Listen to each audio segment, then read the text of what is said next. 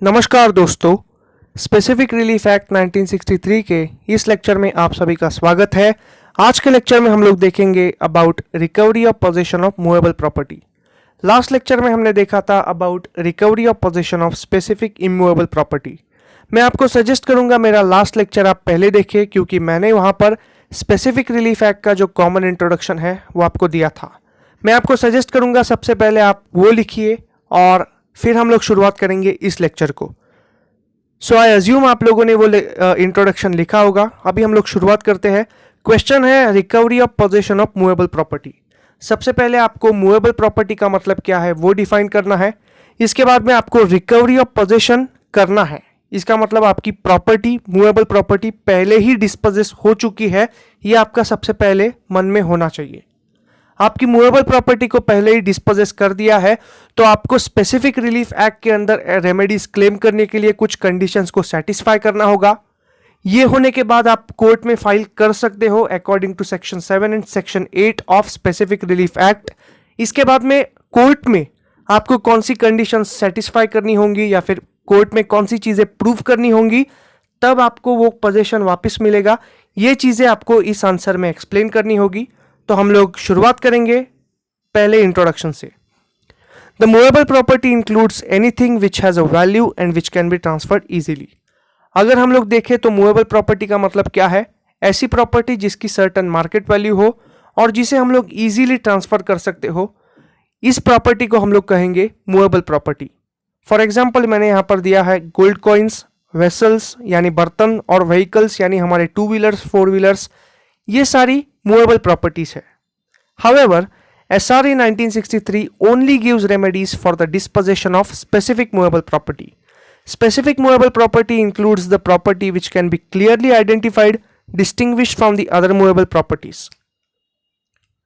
Imagine करिए, ये इस मतलब क्वेश्चन को पहले शुरुआत से देखते हैं। Recovery of position of movable property, यानी आपकी मूवेबल प्रॉपर्टी का डिस्पोजेशन हुआ है, यानी सामने वाले इंसान ने आपकी मूवेबल प्रॉपर्टी के ऊपर कब्जा किया है। लेकिन अगर आपको स्पेसिफिक रिलीफ एक्ट के अंदर ही रेमेडीज क्लेम करनी है तो कुछ कंडीशंस को सेटिस्फाई करना होगा। सबसे पहली कंडीशन है आपकी जो प्रॉपर्टी है वो स्पेसिफिक मूवेबल प्रॉपर्टी होनी चाहिए। स्पेसिफिक का मतलब है नॉर्मल प्रॉपर्टीज से आप अपनी प्रॉपर्टीज को चूज कर सकते हैं। फॉर एग्जाम्पल आपकी एक बाइक है, काले कलर की बाइक है। काले कलर की तो हजारों बाइक भारत में मिलेंगी, लेकिन आपका कोई ऐसा सिंबल होना चाहिए जिससे आप पता कर सकते हो कि ये मेरी बाइक है। So if you can identify that property, that particular movable property as your property and you can prove it in the court, you can claim a remedy under specific relief act. For example मैंने अभी आपको काली bike का example दिया। आपने कोई Lord Ganesha का statue लगा दिया या फिर उसका स्टिकर लगा दिया, तो आप कह सकते हो कि ये मेरी बाइक है, मेरे ये स्टिकर है, ये मेरा आइडेंटिफिकेशन मार्क है। अगर आप ये चीज कोर्ट में प्रूव कर पाए, so you can use the specific relief act. Otherwise कई ऐसी प्रॉपर्टीज होती है जो बेशक मूवेबल प्रॉपर्टीज है, बेशक उनकी मार्केट वैल्यू है और बेशक उनके ऊपर कब्जा करने से आपका नुकसान भी हो सकता है, लेकिन you can not use specific relief act because they are not specifically movable property, यानी स्पेसिफिक मूवेबल प्रॉपर्टीज वो नहीं है। यहां पर मैंने एग्जांपल दिया है कॉइन्स, नोट्स और ग्रेन्स का। कॉइन्स जो कि सरकार द्वारा इशू किए जाते हैं, नोट्स जिन्हें हम लोग पेपर करेंसी बोलते हैं, और फूड ग्रेन्स, ये सारी मूवेबल प्रॉपर्टीज है। ये सारी मार्केट वैल्यू भी होल्ड करती है और इनके ऊपर कब्जा करने से आपका नुकसान भी होता है, लेकिन इन्हें आप लोग स्पेसिफिकली आइडेंटिफाई नहीं कर सकते कि भाई ये मेरी प्रॉपर्टी है। बेशक वो आपकी जेब में है, लेकिन आपकी जेब में प्रॉपर्टी और सामने वाले के जेब में जो करेंसी है उनमें ज्यादा फर्क तो है नहीं। फर्क तो खाली सीरियल नंबर का है और सीरियल नंबर कोई याद नहीं रख सकता। So you have other options.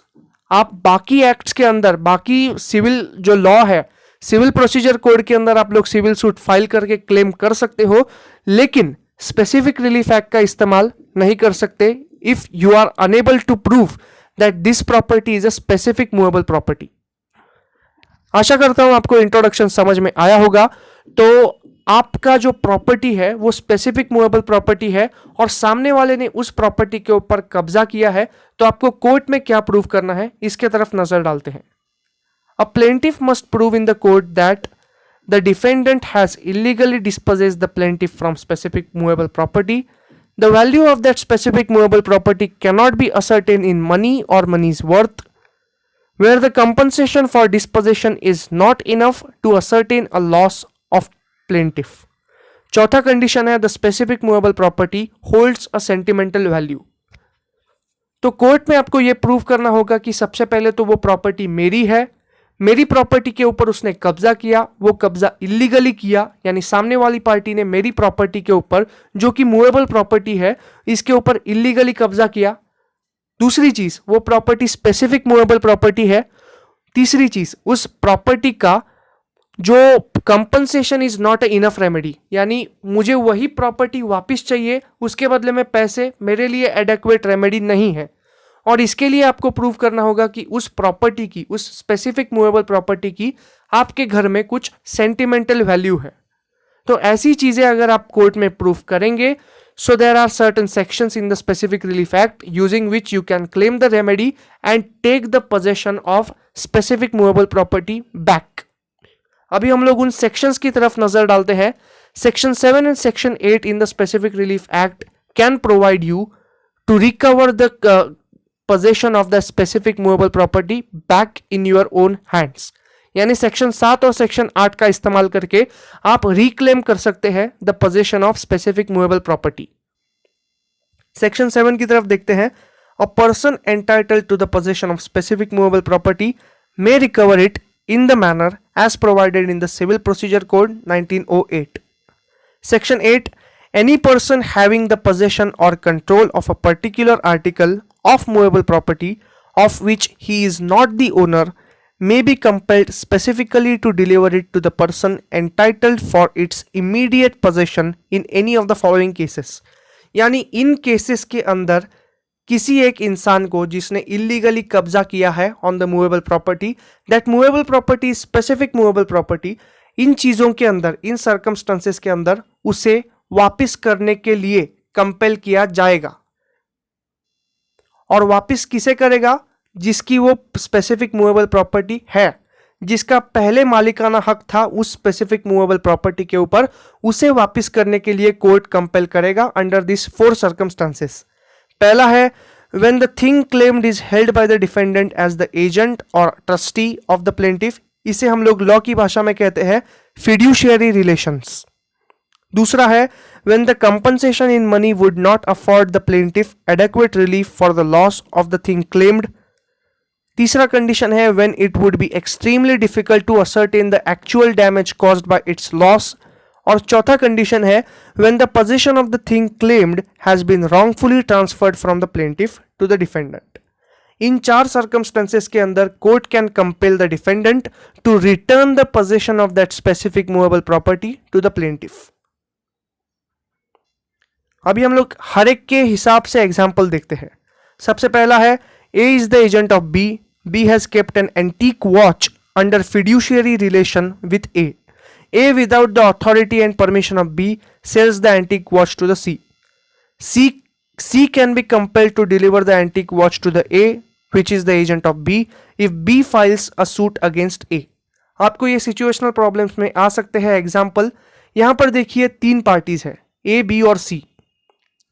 B का वॉच है और A B का एजेंट है।